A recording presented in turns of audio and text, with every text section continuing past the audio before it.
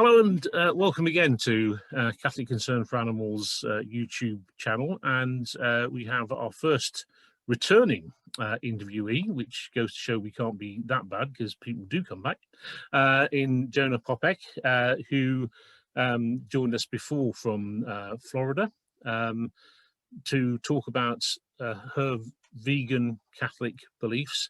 And we've invited her back to talk about, because she mentioned on that occasion about Lent and persuading people to think about their eating habits during Lent.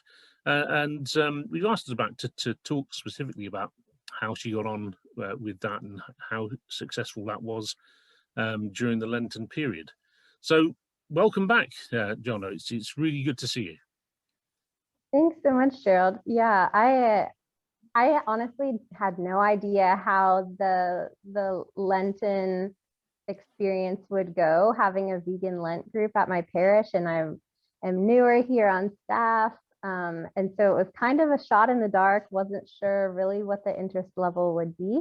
And so I was really pleasantly surprised at the positive reception that we had, and we ended up having a group of about 12 people who were consistently there week after week all throughout Lent. And it was a really encouraging group, great discussion.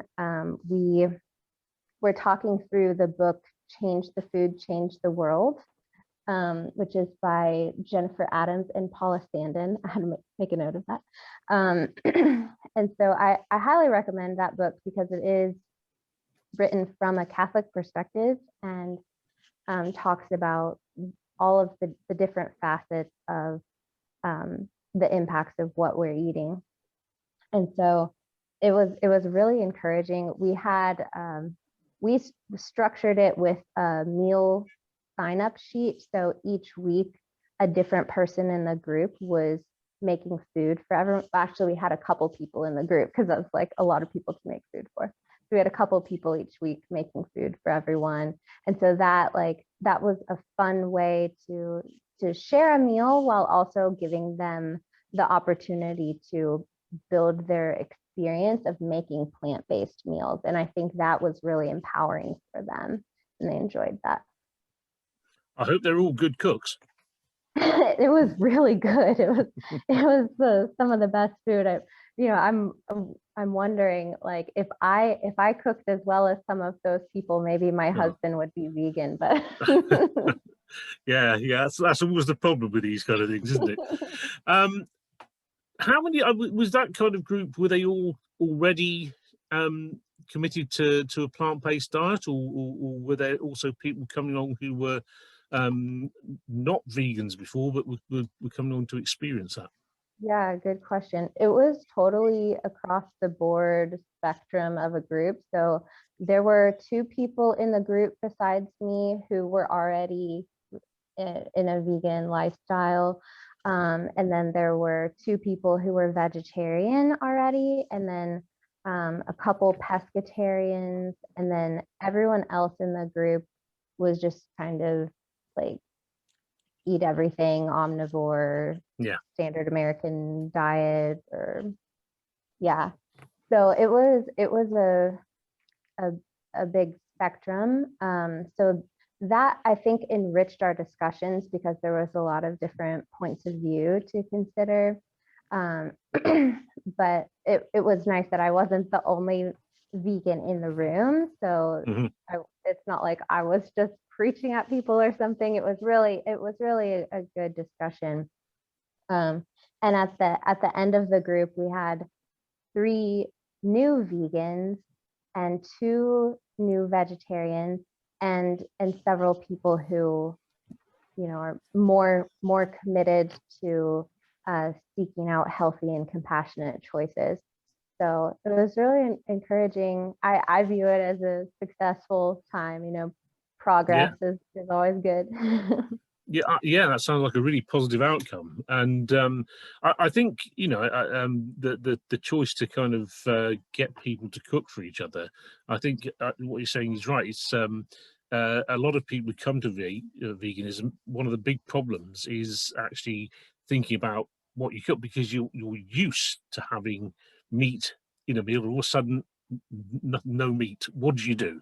And I think that's a big issue for a lot of people who come into veganism, in terms of actually working out what diets suit them, what they're going to enjoy eating.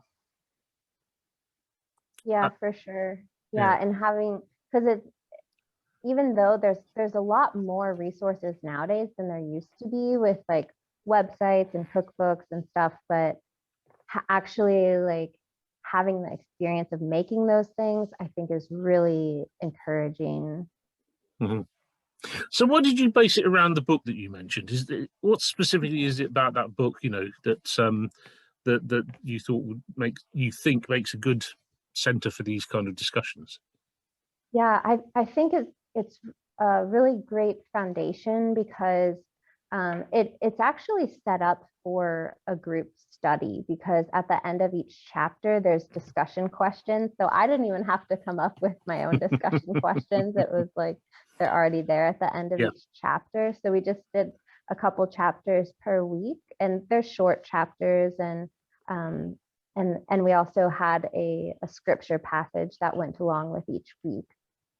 And then we also, so that's what we did on Monday nights. We would have the meal and have the book discussion, and everyone would come prepared and read the chapters ahead of time. And then on Friday nights, we had documentary night. And so we had some vegan snacks and watched a documentary. Mhm. So there's more and more documentaries nowadays. There certainly are. Have you seen the newest one, the Seaspiracy? I can't say I have. In fact, we were talking about that too with Lynn Snedden, one of our previous interviews, a week or so ago. So yeah, we're certainly aware of it. I mean, I must admit I haven't seen it myself though. Mm-hmm. Yeah, that one I like that one, and it was very fitting with talking about the fish topic, you know. Mm-hmm. But yeah, I've been very encouraged by the group, and at the end of Lent, they were all like, we want to keep doing things together.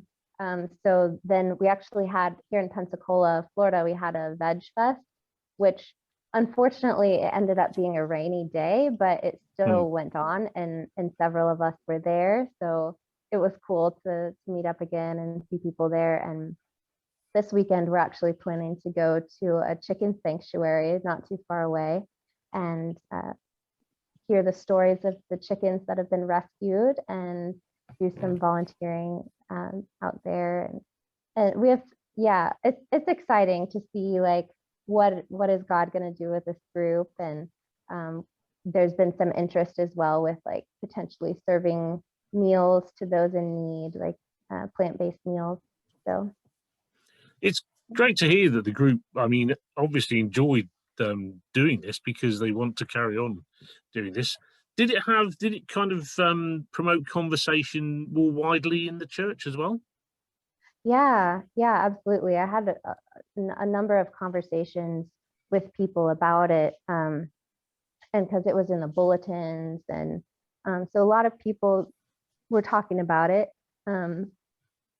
Interestingly, we did have fish fries going on during the Lenten season here as well. So I talked about that in the other interview that we did. But yeah, so kind of some different, different viewpoints for sure. And there is that tradition of having fish during Lent here. So definitely some things to overcome, but yeah, definitely great conversations have come out of it, and Yeah. there's a lot of openness, I feel, so positive. Yeah, I think the thing is, if you're creating debate, then that is making progress. That getting people to think about what they're doing is a very important part of this. Yeah, and I think sometimes people view like debate as a negative thing, Mm. because like, oh well, that might be creating division. and like our faith isn't about food, like, Mm. but I think people don't realize that our faith actually affects every aspect of our life and everything that we do. And I think until people really get educated, I think there's a lack of education. And when people get educated on the topic of veganism and on diet and the impacts of not only to the animals, but to our own bodies, to the environment, and even spiritually, uh, then people will then make those connections and see like, okay, this is a faith matter because I want to be glorifying God in my food choices. So And did you link these events specifically to Lent and the idea of giving up meat for Lent, or was it, or were you? I mean, obviously in the group you talk about a wider life choice, but I mean, was the group itself initially sold in terms of it being about Lent? yeah, I think people were really initially thinking like, okay, I'm going to be vegan during Lent and then go back to my way of being. Some of them, and some of them were like, well, this is an opportunity for me to try out this lifestyle and see if I want to stick with it. Mhm. And so there were kind of different thoughts on that, of like, oh, this is just a seasonal thing. This is just for Lent, or this is like a potential life change. So it just depended where people were at in their journey and what they were open to.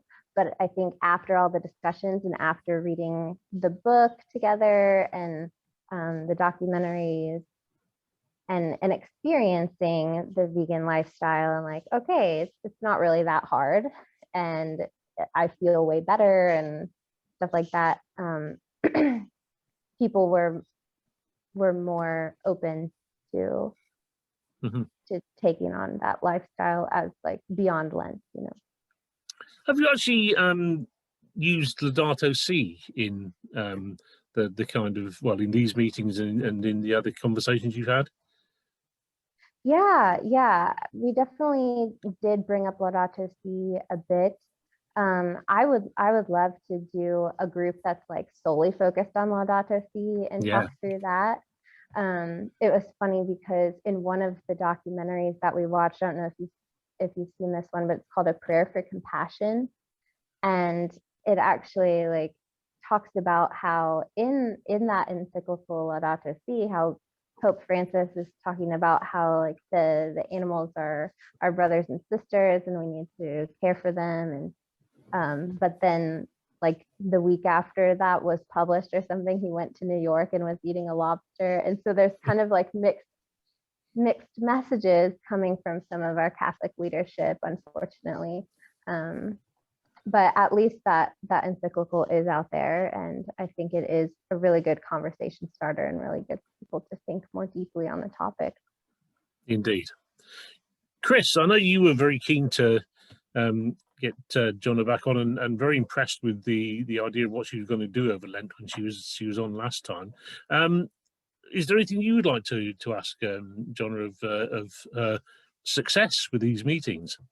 Well, yeah, I mean, firstly, a couple of comments. Clearly, it was a major success. Mm. And to have twice weekly events, if I understand it, a discussion and a meal on a Monday, and then watching a documentary with sort of vegan snacks on a Friday is incredible. And to have a group of 12 people, and then at the end of it, sort of nearly half taking up a vegetarian or vegan lifestyle is an immensely impressive result. Nearly 1 in 2. I mean, that's a phenomenal result. So clearly, the whole Lent process that Jonnah has done has been tremendously successful. And I was interested in you saying that the group might want to keep together and continue some sort of work, because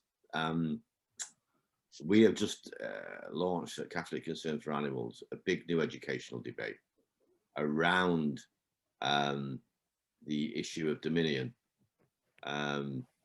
And it was interesting when you said that some of your colleagues said, some of your parishioners said that our faith isn't about food. Well, actually, part of it is about food, because as we will be discussing in this new educational campaign and debate, which has just been launched a couple of weeks ago for Earth Day 2021, the Garden of Eden was supposed to be vegan.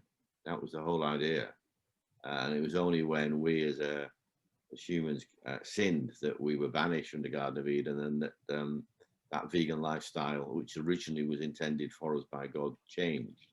So food is central. We're central to our existence. Obviously, without it, we won't exist.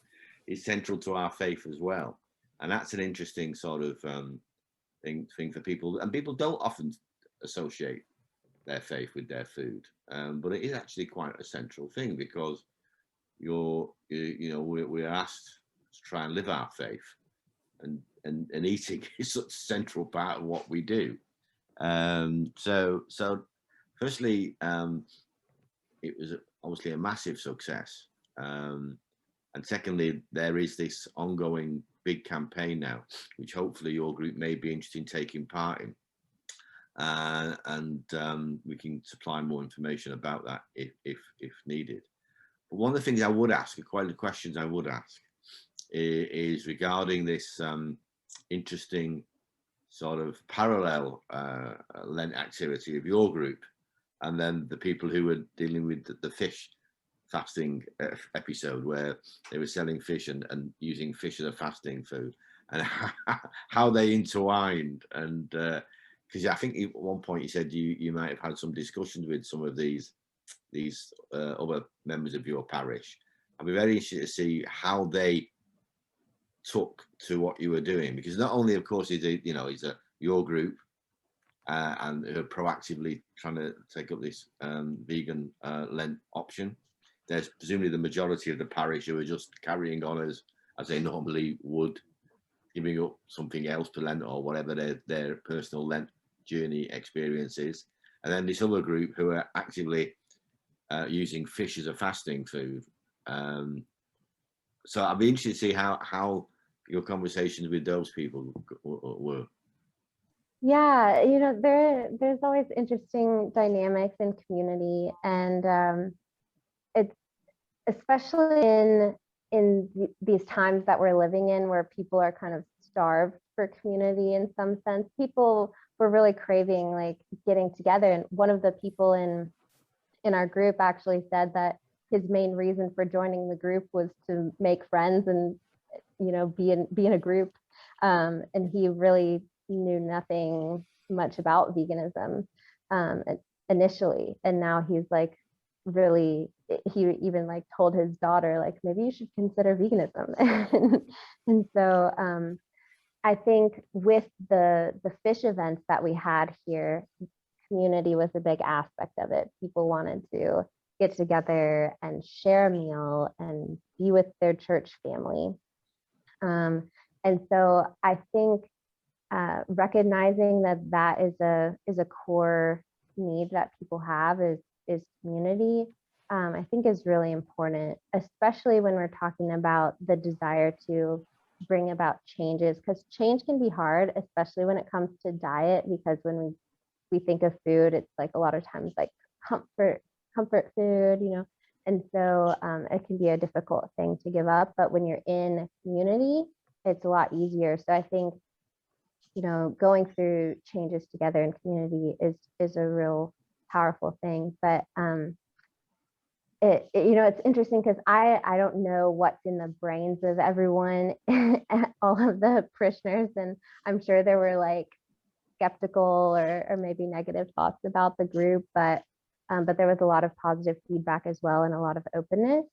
And even I know of a couple parishioners who weren't active participants in our group who had decided to be vegan for Lent as well.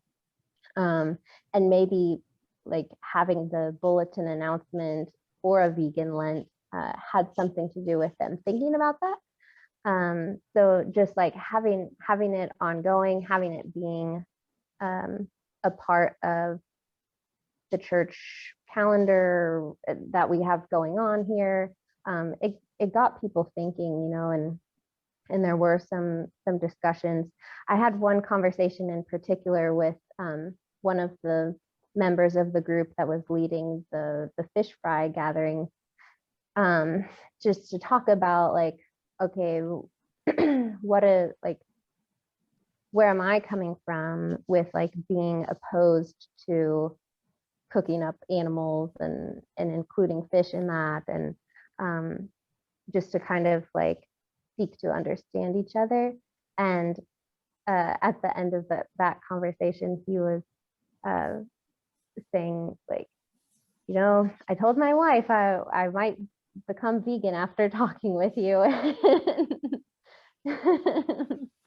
So people are thinking, and that's progress, especially here in the South. Well, that's huge progress, because I think Gerald alluded to it. One of the things is that most of us are brought up with meat as children, and it becomes a habit like many other habits, and you don't think about it. It just doesn't occur to you, why am I doing this? Like any habit, until you think about it, it's very little chance of making change.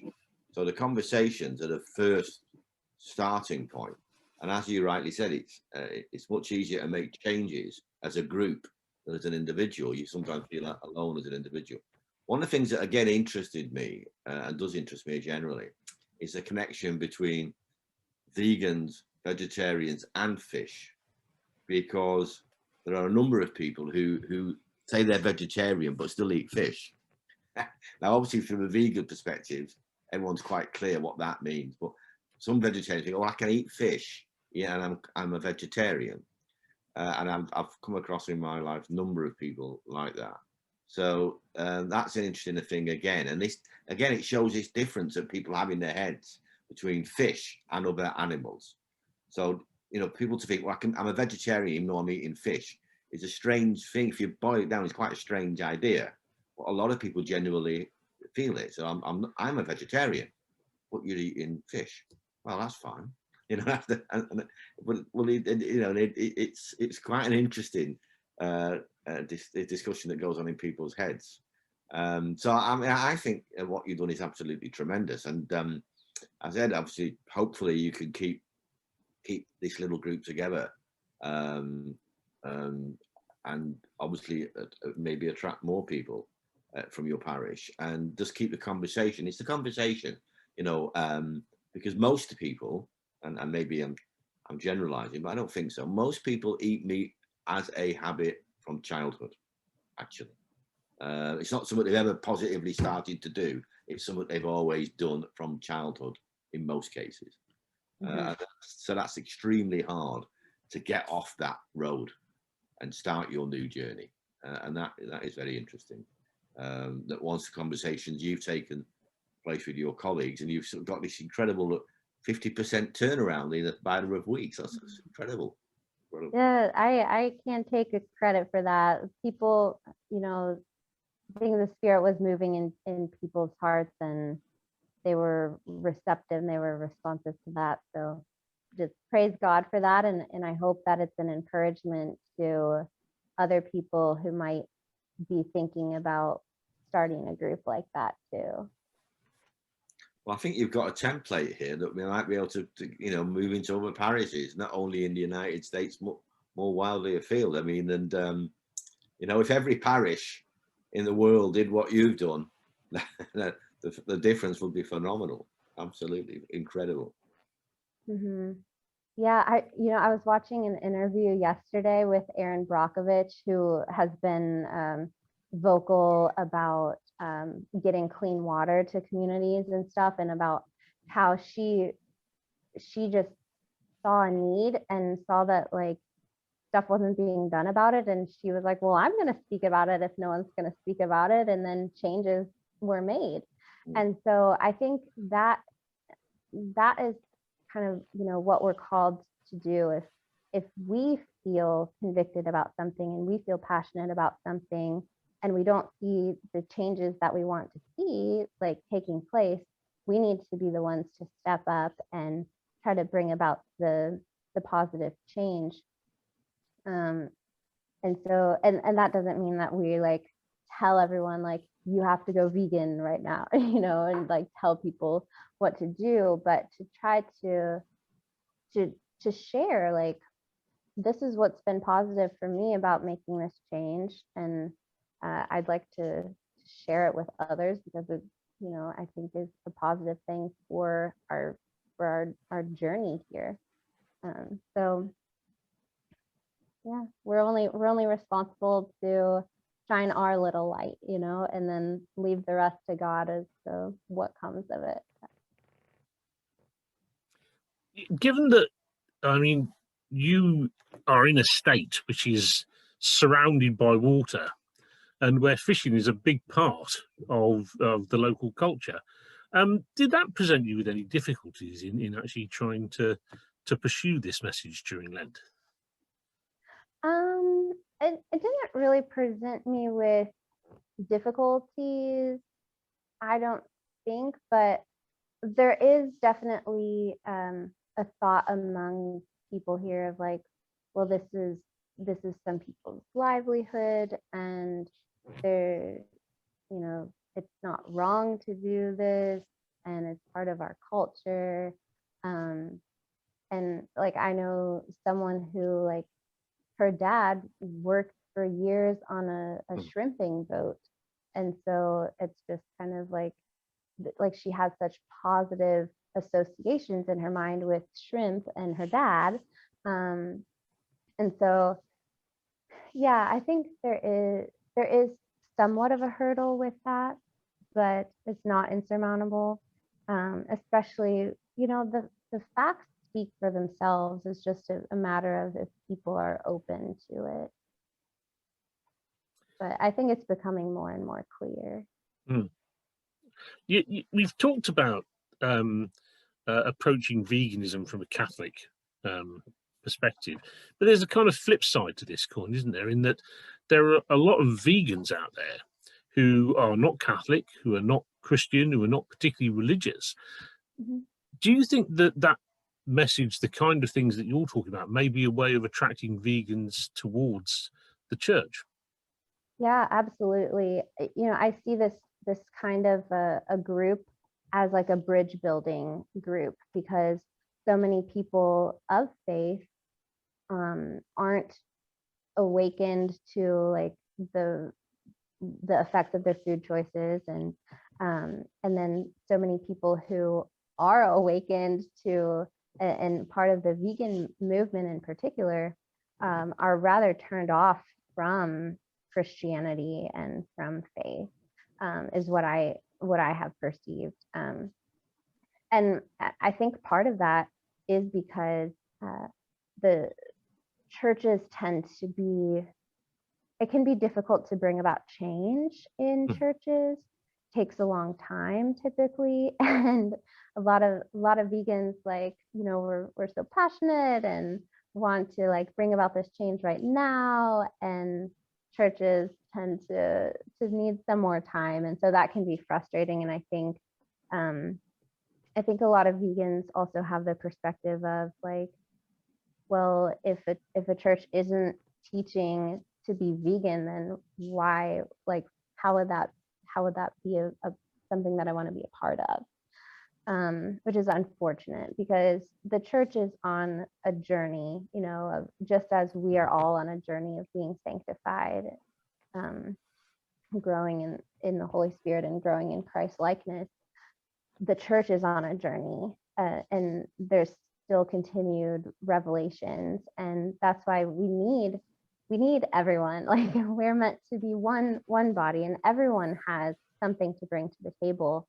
And I think the church would greatly benefit if more vegans came to the faith, with that message of compassion towards all creatures. And of course the vegans would benefit from the faith itself. And that's something that I do pray for. And what about the future, Jonnah? Where does this go from here? Yeah, I pray that it does continue. Of course, I hope that it has ripple effects in many ways, and I think in relationships is really key. That is what I've realized with ministry, is that truly, like, in the relational aspect is where changes are really made. And so I think, each of these individuals, these 12 individuals who are a part of this group, we all have family members, we all have friends. And so in our shining our little light, are affecting all of those people, whether or not they make a change right now. Sometimes it takes people years, and sometimes they don't change. But I think that there are ripple effects with that. But as far as like us as a group together, I'm excited because there is a lot of interest of continuing to meet together and do things and help to bring about change in our community. So, and like I visited a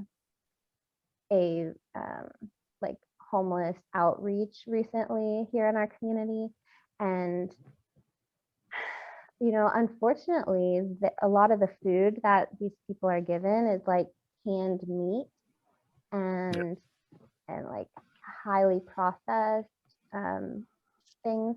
And so I'm looking forward to hopefully building a pattern of serving meals there with our vegan group. So to be able to offer them some kind of a better option. So yeah, we'll see what the Lord does. But yeah, I'm excited. Yeah, I think that's a very interesting point, because I mean there are lots of people in all our societies who just have to accept what they're given, and Right. we should be giving them more options in terms of the choices that are open to them. But so I think that's an interesting point. And are you likely to do more groups like this in the future? Yeah, absolutely. I would love to. Yeah, I have a lot of ideas. I'm an ideas person and like a visionary.